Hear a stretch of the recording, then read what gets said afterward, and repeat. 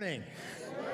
Wow, it's great to see all of you here this morning. I am so pumped about Resurrection Sunday and a chance to be with you guys. Thanks for joining us online. Really glad you're with us. We have people joining us all over from here in the States, even around the world, who have been joining us online. So just thank you for being with us today. Hope you're celebrating a great Easter. And so glad you came. And especially those of you who may be new today or maybe just returning back to church after a while. And we're just glad you're here. And I hope that today is going to be a day where that when you actually leave here and head off to be with your families and you spend time with them or you have other activities you got planned to do, probably those family photos or different things that you're going to do all day long. I hope that you will go away understanding not just the what of the story of Easter, but you'll understand the why. Why did it happen and why did it take place? And so I hope that will be helpful to you. John already mentioned that we have been looking at the way that Jesus' life was recorded by John. John was one of Jesus' closest followers. He was known as the beloved disciple, the one that, Jesus was close to. They would spend a lot of time together. John was a very emotional kind of guy. Matter of fact, he was so emotional that he was called one of the sons of thunder. How would you like to have that nickname? A lot of guys in this room would be like, yeah, I'd like to have that right across my shirt. That would be fantastic. The sons of thunder, that's what he was like.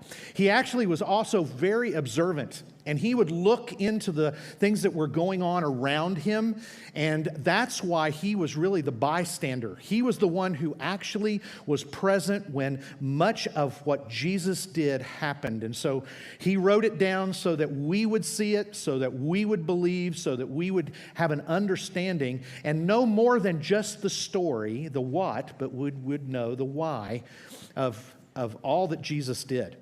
Now, we may be here today, some of us, and we have certain things that we have learned about the story. You may believe in the things, knowing of Jesus came to be born in a manger at Christmas time. And then you know the story of Good Friday. You maybe even know some of the details of the story of the resurrection. And I don't take for granted that everybody knows all of those details. But I want to say this. Today is meant for us to come to a point to understand what it means to believe them and what it means to make it personal to us. So I have been asking a question all during this series. The series has been very enlightening. Matter of fact, a lot of people have said these questions kind of haunt them in their minds, after I've said it so many times. But if I were to ask you this question, I wonder how you would respond. If I were to ask you, do you just believe in God or do you believe God? And if that's the first time you've heard me ask it, then you need to hear this explanation. Because the first part of that is, do you just believe in God? Means, do you believe that there's a God who exists? That there's been scriptures written. Now, maybe you believe some of the stories that have been recorded in those scriptures. Maybe you believe that God is just a higher power. He's out there and he's not really in contact with us much. He maybe had a role in creating things, but he kind of got it all going and then left it up to us to live our lives and to do things. As a matter of fact, that is one of the most common beliefs about God. But I want to ask you today, do you believe God? Because in the scriptures, God revealed who he was. He actually made sure that we understood him to be a personal God who made us in his image and wants to be in a personal relationship with us. So God has said some things about himself, and he said some things about you and me. And as we know more about him, we actually know what place we can play in his life and how much he can play in ours. And so it's kind of a great way to ask the question, not just believing in something that's out there that exists, but truly believing him for what he says. But then we took a twist, and John actually, when he was writing this and capturing everything that was stated there, everything that he saw happen, all of these things, and he stated it in this book, the book of John, that he wrote and put in the scriptures. It was put in the scriptures because it told the story of Jesus. He actually brought Jesus to the forefront for a reason. And so I want to ask you this question. Do you just believe in Jesus or do you believe Jesus? Because Jesus made some claims. You could believe that Jesus existed, that he was a great teacher, which he was, that he did perform some miracles. Many people believe that he performed the miracles that John even wrote about. Many times we believe some of the stories of Jesus, but I'm not talking about just believing in him that he existed, but do you believe Jesus? Because Jesus said he actually came to this world on purpose, with a reason. There's a why behind the story. Jesus said that he was the Messiah, the one that the Jews had been looking forward to. They had been looking to him to be a leader for them. And then he also said that he was the Son of God, meaning that he was God in the flesh. Jesus claimed this himself. And he was not just any God, but he was the one and only God. Jesus claimed all of this. And that he had come here for a reason, to actually provide forgiveness for sin of every person that ever lived. And to be able to restore the relationship that we're meant to have with God. That's what Jesus came to do. And so if you're wondering about the why, hopefully it'll just continue to get clearer the more we talk about it this morning. And not only was that the one of the most important things, but when John was recording this, he recorded all about Jesus dying on the cross, that Jesus willingly sacrificed himself so that sin would be paid for. And not only did he do that, but he was buried in a grave. And 3 days later, Jesus rose from the dead. John captured all of that. He was a bystander to the story. He was an eyewitness. So he saw all of this. And John wrote all of this down so that we would not only believe things about him or believe in him, but that we would believe Jesus. And there was one man who had a real problem. You see, on the day that Jesus died, many of his disciples, they just gave up and they started running and they started hiding. They got scared and they thought that they might be next. And so in doing that, many of them lost hope until the time they actually saw Jesus after he rose from the dead. And when they saw him, then their belief really became real because they saw him for who he was and they saw him alive. But there was one man who just couldn't move on. One man, and you would know him. If I say his name, if you've had any recollection of Scripture, you've heard the stories, or maybe you've gone to church before, you're a churchgoer all the time, you know the story that goes with it. You know, his name was Thomas, and what's the word that goes with Thomas? He was a doubter, right? Yeah, so, you know, he was that guy who no matter what, he worked overtime to actually not believe. And so many of us find ourselves in that kind of situation. And so maybe you'll see yourself today in Thomas's life and how he actually encountered Jesus. So I want to take you to after Jesus had risen from the dead. He had already been seen by men and women. And about 8 days later, he pops up in a room with Thomas and other disciples. And John's right there, a bystander, watching all of it take place. And so we hear from John as he captured what really happened that day. So we go to John chapter 20, and this is what we find out. It says, "Then he said to Thomas, 'Put your finger here, see my hands? Reach out your hand and put it into my side. Stop doubting and believe.'" So Jesus appears to Thomas, and there he is right in front of him. And this is what's amazing. He says, "Here, you can touch me if you need to." And if you know anything about Roman crucifixion, the nails, the imprints or the holes that the nails made were not in his palms, they were in his wrists.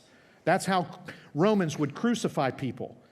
And so he said, "Here it is. You could put it through. You could put his finger right through. Go ahead, put it through." Or Roman soldiers, John captured this when he wrote about Jesus being crucified, that a Roman soldier came along with a spear and pierced Jesus' side to make sure he was dead. And when he did that, it left a wound, a fresh wound that was really only 3 days old.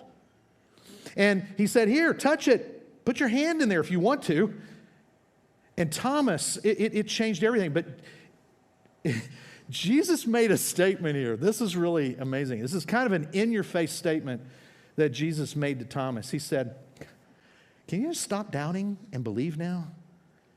I know I put the "now" in there. It's just my word, okay? But he said, "Stop doubting and believe." And actually the phrase "stop doubting," is the word. This is amazing. If we could actually get the real way that it was described, this was when John wrote it. He wrote it in the Greek language.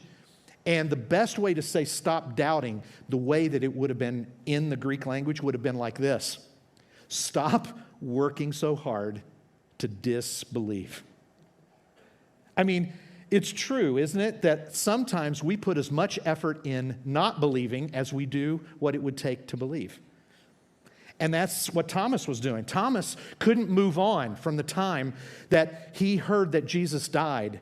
He was having a hard time moving on. He was cynical. He was skeptical. And he couldn't believe. He had a hard time with it. I would take you here. I know that I've had trouble believing from time to time because some things have happened in my life that have been difficult. And I know I'm not the only one who's experienced that. I'm sure you've had trouble believing some of this before. And it's caused you just to believe in Jesus and not believe Jesus for what he really said and what he's done. So I want to ask you this question: what causes you not to believe? What causes you not to believe? What happens in your life that comes up that causes you to not even think that it's real? It could have been one of four things that I thought of. It could have been something that maybe you were taught. Maybe you were taught something that, you just couldn't swallow. It was so far-fetched or so out there. Or it didn't seem reliable. Matter of fact, some of the things were more about the person teaching than it was about what they were teaching. And so maybe you got disillusioned by something you were taught. Maybe it was somehow the way you were treated, whether it was a religious environment or a church. Maybe in your background there have been people who have mistreated you and you thought you could trust them, but the way they treated you made you not want to believe. It actually caused you to go the opposite way. You started working hard at not believing because of how you were treated. Could be that maybe you feel tricked. Maybe you felt tricked by something that was told to you. Somebody told you that they would be there for you or that they would be standing by you. Maybe you even felt like you felt tricked by God somehow. And you thought you could believe in some of these things.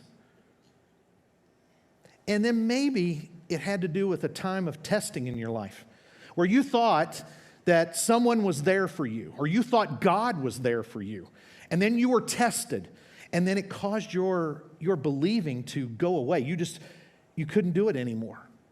It was difficult for you. Well, you're in good company because that's exactly what happened to Thomas. Thomas did the same thing. That's how he felt. But then he has this encounter with the risen Jesus, and that changed everything for him. Matter of fact, it was completely different. Radically, he says something back to Jesus, and that's what you see in the next verse. Let me show you this. This is what he said. Thomas said to Jesus, "My Lord and my God." These are not terms you use for just anybody. You don't walk around saying that to anyone. Matter of fact, for someone who was a Jew like Thomas was, he would never have called somebody Lord, and he never would have called somebody God unless it was true in his heart. Because that would have been blaspheming if he had done that. He didn't want to do that, obviously. And Thomas was one of these, he stuck to the rules. He wanted to see the evidence right in front of him. And so when he saw Jesus, what was his reaction? He said, "My Lord and my God." I want to imagine in my mind, it doesn't capture it in the story, but I want to think that he bowed his head or he fell to his knees or he did something. But just making these statements was in honor of who Jesus was. Let me just explain this to you. The word Lord means leader. The name Lord means leader. It means someone that you would allow to direct you, give you direction for your life. You would take on and you would take all your cues from that person. If you were going to make someone Lord, that's what this terminology means. This word Lord meant that he was giving him the direction of his life. That whatever Jesus said or did, he would follow. He established himself from then on to be a follower and not the leader. That has a lot to do with the decisions that we have to make. If we're to really believe Jesus, not just believe in him, then that means we've got to come to a point to say, I can follow what he says. I can do the things he says. Because he must have something in mind for me, just like he did Thomas. But then he called him God. Thomas called him God, my God, a personal relationship. He said, I'm claiming you as the one and only. There's no other God but you. And by doing that, Thomas was putting himself out there on the line. Matter of fact, this is the most declarative statement about who Jesus was that was ever stated, I believe, in Scripture by someone else. Thomas gave the most declarative testimony of who Jesus was. He said, you're now my leader, and I know you are God. It kind of comes down to the fact that everyone needs a leader. Sometimes we try to be our own leader. Sometimes we put our faith in another leader. But Jesus is the one who says, I'm the leader. And Thomas acknowledged the fact, you're really the only one I want to follow. You're the only one that's worth following. And then you're definitely God. Only God can raise from the dead. Only God could do this. That's why Jesus came. You see, he was declaring the fact that I know why Jesus came. The why behind Resurrection Sunday, the why behind Jesus coming to this earth was so that he could die for sin, to restore people like Thomas and me and you. And he came not only to do that, but to give us hope for eternal life and real life here by raising from the dead. Scariest thing that any of us face. Let's face it, right? The scariest thing we all face is what? Death. Wow, death is not good, all right? None of us want or embrace it or want to see it come. Nobody wants that. No one knows what's on the other side of it exactly. Only what we see in Scripture that we've been promised. We don't know. It's the scariest thing we face. And in this life, it's very difficult. But what did Jesus do? He defeated and beat up on the worst thing, the scariest thing we face, and that's death. He beat it. And Thomas said, that means you're worth following. He gave his life to him. Now, I want to tell you, this is amazing because then Jesus said something to him. And this was clear because I think Thomas crossed from just believing in Jesus to believing Jesus at that moment. And this is what Jesus told him. Because you have seen me, you have believed. Wouldn't it have been great, or wouldn't it be an awesome thing if we could actually see Jesus in the flesh? I mean, wouldn't it have been great if he could have just walked in here this morning and say, I'm here, I'm alive, you can believe it. That would be easy. Most of us would say, yeah, that would be great because I would want to bring everybody and tell them. I would want everybody to see him. I'd want to see the holes in his wrists. I'd like to see that scar, that wound in his side. See, that's what Thomas did. And Thomas, Jesus acknowledged, he says, because you've seen me, you've believed. Thomas had one of those incredible moments where he actually saw Jesus right in front of him, alive. And that's what any one of us would want to do. Any of us would want that to happen for us. But for us, it's just a little bit harder. It's a little bit different. And maybe you've been taught this. I don't know, maybe you've been taught this statement, but have you ever heard this? All you need to do is believe more. You know? If you're struggling with believing some of these things, or believing more than just in Jesus, but believing Jesus, that he truly came, that he died, that he rose again, that he wants to know us personally. And maybe the hardest part of that is that maybe we're struggling believing that he would love us that much to do it. And so you've maybe heard this or been taught this. But actually, it's not about believing more. Because back then, for those people who lived, for the people that were there, you see, seeing was believing. And you know the old statement or whatever, seeing is believing. But for them, seeing was believing. They saw him. They saw him alive. They believed it. And many of them went out telling everyone. The estimate is that into the hundreds of people actually saw him alive and gave testimony of it after he had risen from the dead. So what we do here today, there was a why behind it. Jesus wanted to overcome death for us. But then not only that, he wanted to overcome the whole idea of sin, showing that he was a leader worth following, that he had the authority. He was taking back lost ground. That's what Jesus was doing. So, it's not about believing more. It's about believing what's in front of you and actually knowing it. See, it comes down to this. Thomas was told this, but there's more to that statement. When Jesus said to him, "You saw me and now you believed." But then he had someone else in mind. All the people that would not be there. All the people that didn't see Jesus that day. Guess who fits into that category? That's us. People in the future that would not have the privilege of actually seeing Jesus or touching the wounds in his hands or the wound in his side. That's us. We didn't have that opportunity. So the reason this was captured, the reason that it was written down, gave us the opportunity to actually believe it too. Let me show you what Jesus said. He said, Jesus told him, he said, "Because you have seen me, you have believed, but blessed are those who have not seen and yet have believed." See, we've been given a great blessing because we have an eyewitness account given to us. If we can't move on for something in our life, if our direction in life is so off because we don't know what to believe in, we don't know what to consider. See, Easter isn't about just believing in a story. Easter is a great chance to believe in Jesus, or to believe Jesus for what he says and what he can do and what he accomplished. Just like Thomas. And it says we're blessed. We're blessed because we have that testimony. If there had been no one there who was willing to talk about it, if there had been no one who wrote it down like John did, if the bystander himself had not written it down so we could see it, we wouldn't have the privilege that we have now. We're blessed. And Jesus said it. Jesus said that about us. We're blessed because we have the opportunity to do this. Believing then is seeing. When we believe that eyewitness testimony, when we believe all of the hundreds of people that said they saw him alive, and that has lasted for years.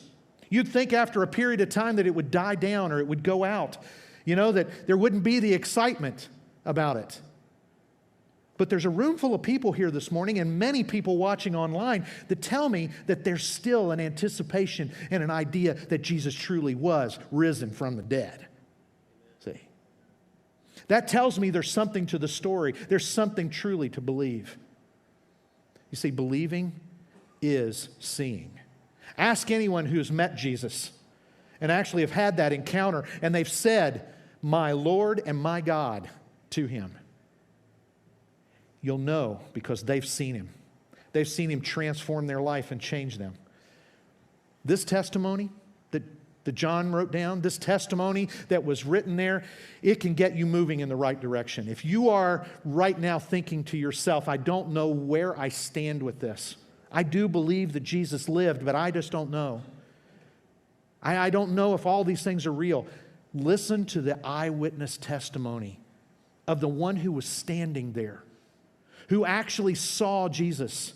And when he saw him, he was willing to make him the leader of his life. He was willing to take him on and believe him as the personal God, the only God that wanted to be part of his life. That's radical. It's changing. It makes you go from a place of not being able to move to a place of incredible life and fulfilled life, because you now have a leader to follow who beat the scariest thing ever in life. And he made it possible for every one of us to have our sin forgiven and to be restored to God. To me, that's incredible. That's the why behind Easter. It's not just a story of different things that happened. It's actually the why. Thomas came to a point to believe it. And you know what? John knew that telling the story that Thomas went through, going from a man who could not move on, who was stuck, he couldn't believe, he actually was working hard to not believe. He went from that to saying Jesus was his Lord and his God. This is why John wrote it down. In John chapter 20, verse 31, this is what he said. But these are written, that you may believe that Jesus is the Messiah, the Son of God, and that by believing you may have life in his name. Right there in the statement of it, the Jews were waiting for the Messiah, their leader. That's what Messiah is. They were looking for the leader that would lead them to deliverance from their sin. And Jesus said he was the one. And John said, I want you to believe it too, because I saw him. I was there when Thomas decided to make him the leader of his life and to believe that he was God. And I believe he's the Son of God. The idea is that he was God in the flesh, who on purpose made the decision to come to this earth, to on purpose die and raise from the dead, to give every person who was inflicted by sin and death, he wanted to give them hope. And if you believe that, you can have life in his name.